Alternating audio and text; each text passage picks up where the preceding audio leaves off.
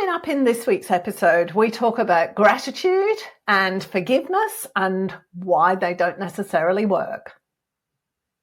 Hello and welcome to this week's episode. This is going to be an episode where I just want to share some of the things that I've discovered for myself this year, I suppose is the best way of putting it. I've always enjoyed personal development stuff, looking at why we do things, the reasons why we behave in particular ways, how we can recognize the ways we behave and the things around us, the way other people behave. I've always been fascinated by people and what makes them tick and what makes them want to do things in a certain way or not want to do others. What are the driving forces for people? And it's been interesting this year because I've had a little bit more time to work on myself, I suppose, and not necessarily in doing courses, although I've done quite a lot of them in the past 12 months. It's been as much about having the space to think about why things, what's a good expression for it, make me itch, I suppose, why something doesn't land, why I hear something, I go, oh, no.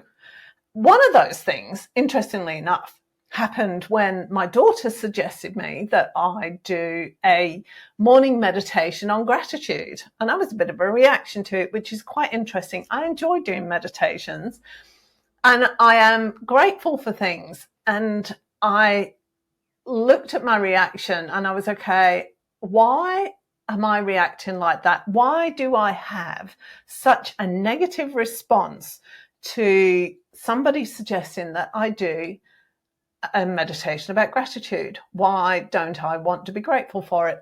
It took me a couple of days to get to the bottom of it, but I realized that for me, gratitude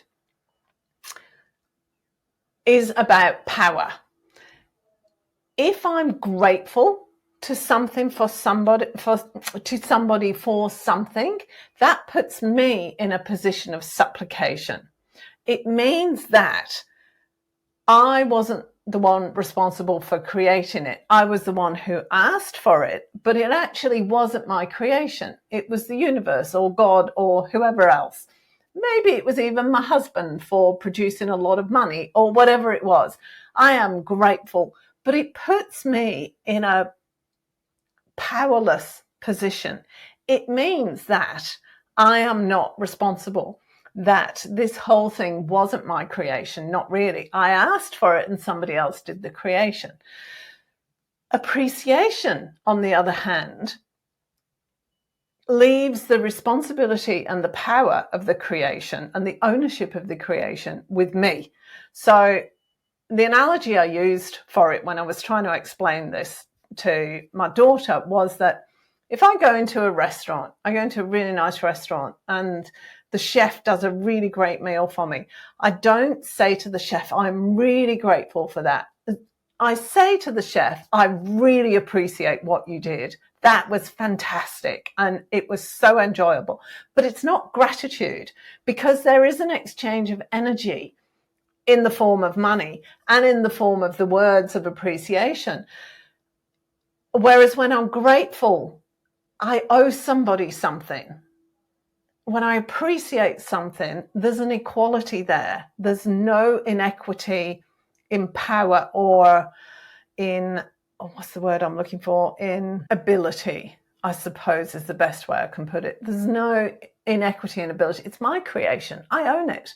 So why would I be doing a meditation on gratitude when I'm the one who wants to create it? And it brings up all sorts of questions as to, okay then, what about God, if there's a God? Or what about the universe? We're all taught that we should be grateful for things. And there are a lot of situations where we should be grateful. But when it comes to our own lives, is gratitude actually what I want to convey? Or is it appreciation? Like, am I grateful to my body for being healthy and doing everything it does every day without me putting any thought into it? Probably, but I also appreciate it. it's, yeah, and I show my appreciation by eating well, by exercising, by trying to make sure I have enough sleep. All of those things, I appreciate my body. And there is a little bit of gratitude, but the main feeling is appreciation. And that made a big difference for me, because it left me with the responsibility for doing things. I don't need to ask somebody to do something for me. I just go ahead and do it, and then I appreciate the results of it. I'm not grateful to the universe for giving me those results. That's not my primary experience of the whole thing. My primary feeling is actually appreciation. So then I started thinking about, okay, so gratitude, should that be as high up on the list of the things you should be feeling? And I'm just talking about myself here. This might be completely different for anybody else, and that's fine. I'm just talking about how it lands for me. And to me, no, appreciation is a much higher vibe of experience and feeling and emotion than gratitude is, because gratitude, like I say, is much, much, much less powerful. It gives the power to somebody else. And then I started thinking, so is gratitude really embroiled in the patriarchy to stop us from experiencing ourselves as being as powerful as we are? I don't know, but it's somewhere that my brain went. And I have spent the year as well, I've got to share this, reading a lot of feminist books, which I never have before. I've always considered myself to be a feminist, but in that men and women are equal kind of thing. But I didn't necessarily appreciate what they were saying. And the reasons for that is I did a construction degree back in the 80s. I worked on a building site for 5 years. I was one of 6 women in the UK doing my job. And so I considered that a lot of the stuff had already been resolved. It wasn't reality anymore. And then this last year, I've been looking back at my life and realizing that underneath everything that's been going on over the last 20 years, certainly, is a difference in power between myself and the men around me. As a stay-at-home mum, as somebody who wasn't out in the workforce earning a wage, I felt a lot less powerful. And that's not to say I wasn't working, because apart from bringing up the kids, looking after the house and everything, I was responsible for all of the bookkeeping, all of the admin. I was involved in a lot of the decisions that were made in the business. I went out and found projects. I did a lot of work. I did research, all sorts of things. I just didn't get paid for it. And I'm left with an inequity. When I look at my husband's super to my super, for example, if I went back into the workforce now, what my earning power would be compared to my husband's, even just starting up a business, would be a completely different kettle of fish. There is an inequity that's a result of me choosing to stay at home and look after the kids. And as I look back on it now, yes, it was a choice initially. However, as time went on, I did feel more and more trapped by that decision and unable to do anything about it. We had 4 kids. I could not pay for them all to go in daycare, before and after school care, while I worked. It just wasn't financially viable. And how many times do you hear that? Oh, it's not worth her going back to work because the cost of daycare, her salary only just covers the cost of daycare. And as I've gotten further and further away from that situation, the more I've realized how much that situation of staying at home and not being in the workforce and feeling left out of decisions, and feeling more and more in the last 10 years in particular that I don't count, that I don't matter because I haven't worked, because I've been a stay-at-home mum, because I'm a middle-aged woman who's going through menopause and who hasn't had a job in years. She's sponged off her husband for years. She doesn't know how to earn a living. She's had a good life and she doesn't appreciate it. I've had all these things thrown at me in the last 12 months. there is no value placed on what I gave up in order to do all those things. It doesn't count for anything. It's almost like I actually said it myself. I am so grateful that I was able to stay at home and look after the kids, because I didn't realize what I'd given up in order to do that. I didn't know what I'd lost. And it's only having gone through the last 12 months where I'm not in a marriage and I'm not looking after the kids that I've realized how much I lost in doing that. The other thing, like along with the gratitude thing, going back to before I made my big aside about feeling sorry for myself because of all the things I've given up. And just let me say, I don't feel sorry for myself, right? I'm just going through some thought processes whereby I'm reassessing everything that I've believed, everything that I've been told.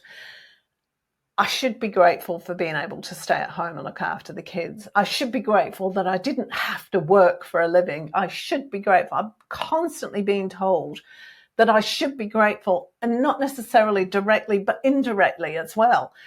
It's almost like, I don't know, I still haven't figured that out, but I am going to be talking about it over the next few months. But gratitude to me, I now associate with powerlessness and somebody else being in control.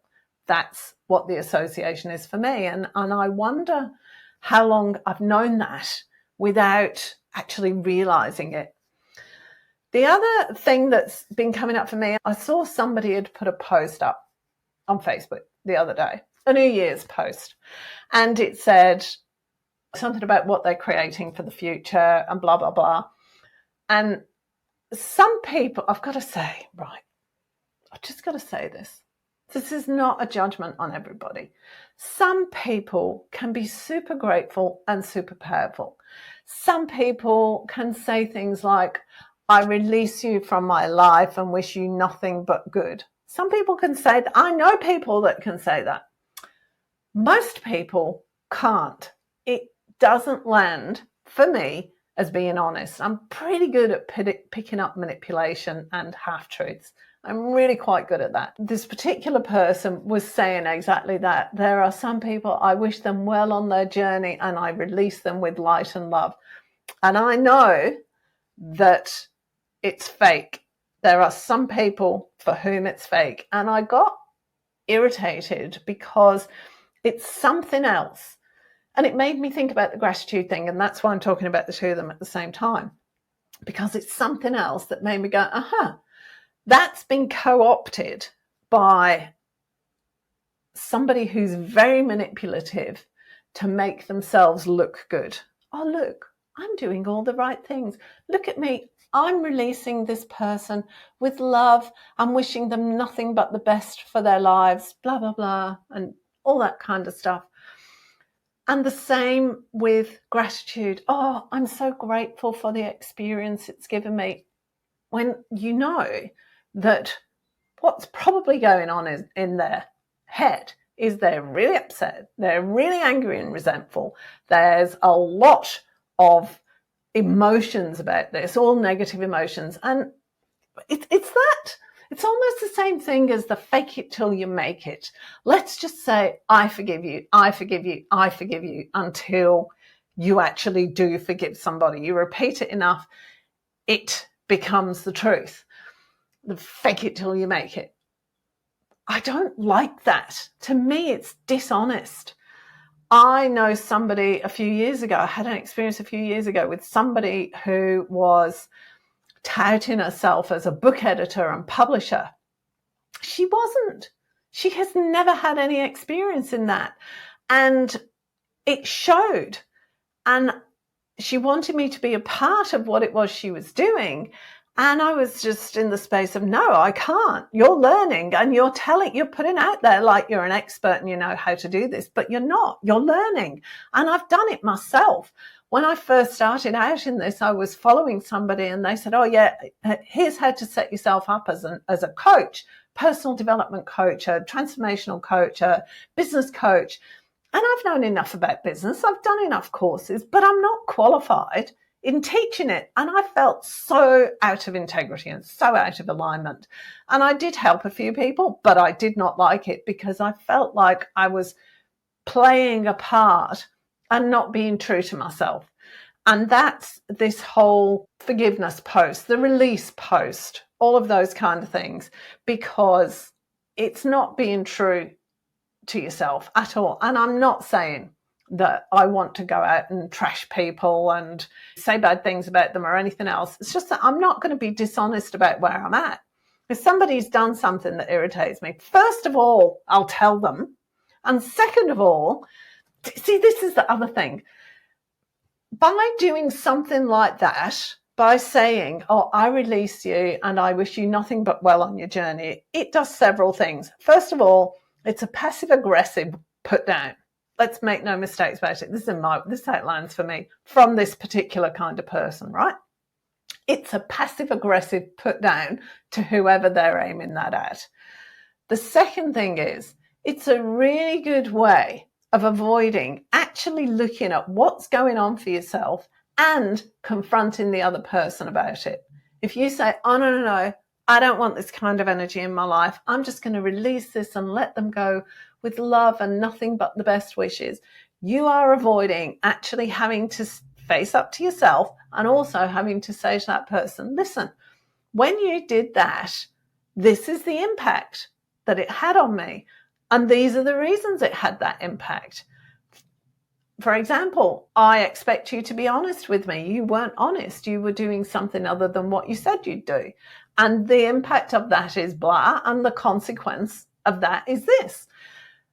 That is honesty to me. It's not about having an argument with somebody. It's about being true to your boundaries and being true to yourself. And I've realized I've been sucked in. I've believed for a long time, oh yeah, I don't want that kind of thing in my life, so I'll just let it go and I'll just let it slide and I won't focus on that because I don't want to bring it into my life. For me, that's out of integrity because I'm not being honest and truthful. I'm not actually respecting myself when I do that. Other people might be, I'm not. Because to me, if I don't speak the truth, I'm not being truthful. I'm not being 100% honest. If I don't say, this is the impact that had on me. It really wasn't very pleasant. I'm not asking you to change anything, but this is the impact. And I don't want it in my life. So I'm going to go over here and good luck. I'd rather you didn't do it to somebody else, but good luck. That's more honest than the passive-aggressive approach. And it's interesting how many people you see talk about forgiveness and things when it's really just an excuse for not facing up to something. And people who talk about just let it go, you don't want it in your life, I don't want it in my life, and it's actually just an excuse to avoid confrontation with both yourself and somebody else. Yeah, and I'm finding that for me,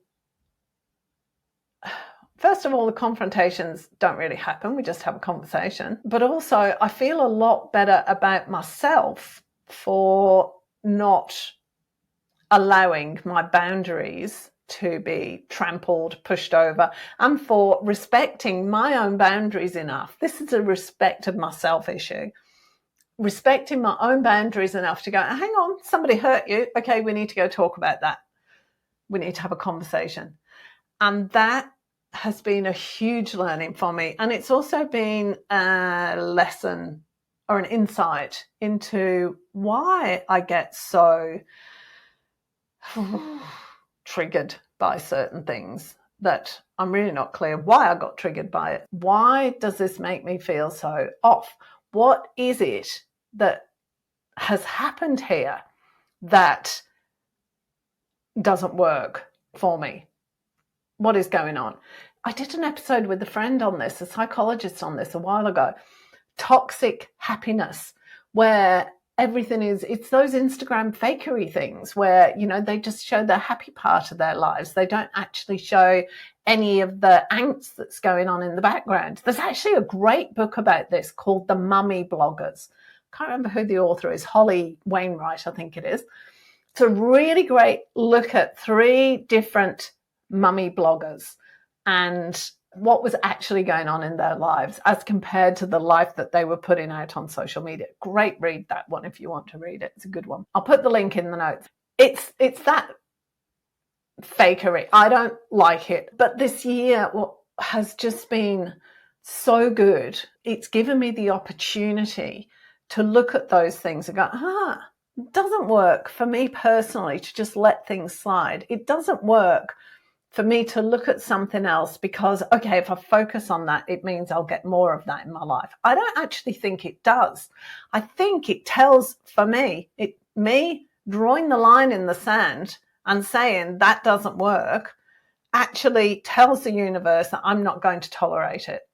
I don't want that in my life. If I just ignore it, I don't think, for me personally, that it tells anybody. It doesn't send that message out. So that's been my thought, and that's been a big aha for me. And it's made me reassess a lot of the things that have happened and a lot of the ways I behave and the things that I do and who people are around me and what I expect of them. It's actually put a whole different perspective on everything for me. It's been amazing. I'd love to hear your thoughts on this, because I've opened up a Pandora's box talking about not liking gratitude and not necessarily wanting to forgive people and not liking these posts on Facebook where people release other people. Some of them, I have friends that can post that kind of stuff. Most of them are fake. That's all I'm saying. I would love to hear your thoughts on this. So please let me know what you think of this. And in the meantime, don't forget to like and subscribe this episode and hopefully share it with people. I think one of the things that I want to do over the next few years is just share what's going on for me in the hope that it makes a difference for somebody else too, in whatever way that it makes a difference. But that's what I'm hoping. Have a lovely week, and I'll talk to you again next time. Thank you so much for listening to this episode of Life After Menopause. We look forward to talking to you next week. Make sure you connect with us on social media and click on the subscribe button so that you don't miss another episode. See you next time.